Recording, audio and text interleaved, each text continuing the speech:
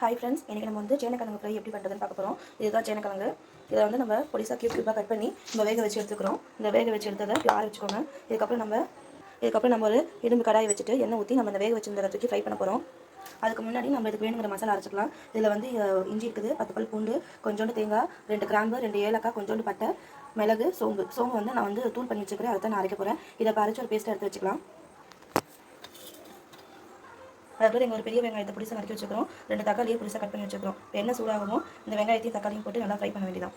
அதுக்கு முன்னாடி நம்ம இங்கே வேக வச்சுக்கிற சேனக்கிழங்கு நம்ம ஃப்ரை பண்ணி எடுத்துக்கலாம். பாருங்கள், இது வந்து ஃப்ரை பண்ணாதது. இது வந்து வேக வச்சு அப்படி எடுத்தது. இது வந்து ஃப்ரை பண்ணி எடுத்தது. அதுக்கு இதுக்கு கலர் டிஃப்ரென்ஸ் பாருங்கள் எப்படி இருக்குது. இந்த அளவுக்கு நம்ம ஃப்ரை பண்ணி எடுக்கணும். இது வந்து லாஸ்ட்டு பேட்ச்சு. இது வந்து ஃப்ரை ஆகிட்டு இருக்குது.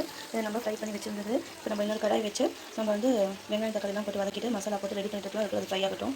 ஏன்னா பசங்களுக்கு ஸ்கூலுக்கு டைம் ஆயிடுச்சு. ஸோ நம்ம சீக்கிரமாக செஞ்சு முடிக்கணும். இப்போ என்ன நல்லா காஞ்சிச்சு. இப்போ நம்ம வெங்காயத்தையும் தக்காளியும் போட்டு நல்லா வதக்கிக்கலாம். வெங்காயம் நல்லா வதங்கணும்.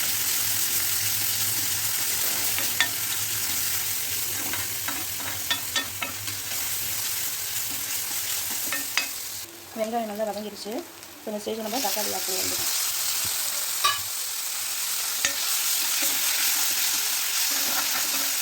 தக்காளி நல்லா மசிஞ்சு குக்காகணும். அது வரைக்கும் வெயிட் பண்ணுங்கள். தக்காளி நல்லா நம்ம மசிஞ்சு குக் ஆகிடுச்சு.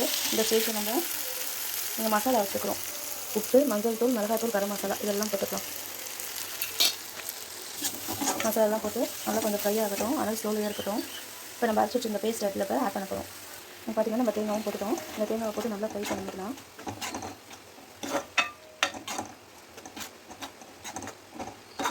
பச்சை வாசனை போகிற வரைக்கும் நல்லா வதக்கிக்கோங்க.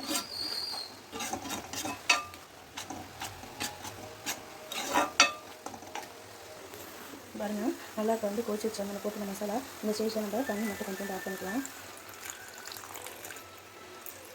தண்ணி போட்டு நல்லா இப்போ கொதிக்கணும். 5 நிமிஷம் நல்லா கொதிக்கட்டும். பாருங்கள், நம்ம இப்போ போட்டுங்கிறது வந்து நல்லா கொதிக்க ஆரம்பிச்சிருச்சு. தண்ணி ஊற்றி நல்லா கொதிக்கட்டும். பாருங்கள் ஃப்ரெண்ட்ஸ், நல்லா கொதிச்சிருக்கேன். இங்கே வந்து நம்ம ஃப்ரை பண்ணி வச்சுக்கிற சேனக்கிழங்கு இதில் பேக் பண்ணிக்க வேண்டியதான்.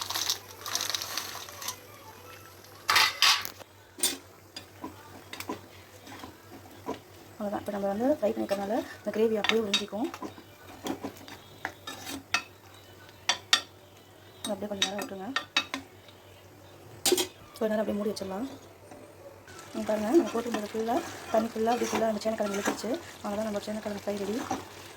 இது அப்படியே தனியாகவும் வச்சு சாப்பிட்லாம். சாப்பில் பசங்க சாப்பிட்லாம். இல்லைனா இன்னும் கொஞ்சம் நேரம் விட்டு ட்ரை ஆனதுக்கப்புறம் நம்ம தொட்டுக்கையும் வச்சு சாப்பிட்டுக்கலாம். அவ்வளோதான், நம்மளோட சேனக்கிழங்கு ரெடி. இதை நீங்கள் எல்லாம் வீட்டில் செஞ்சு ட்ரை பண்ணி பார்த்துட்டு எப்படி வந்துச்சுன்னு சொல்லுங்கள். ப்ளீஸ் நம்ம சேனலை லைக் பண்ணுங்கள், ஷேர் பண்ணுங்கள், சப்ஸ்கிரைப் பண்ணுங்கள். தேங்க்யூ.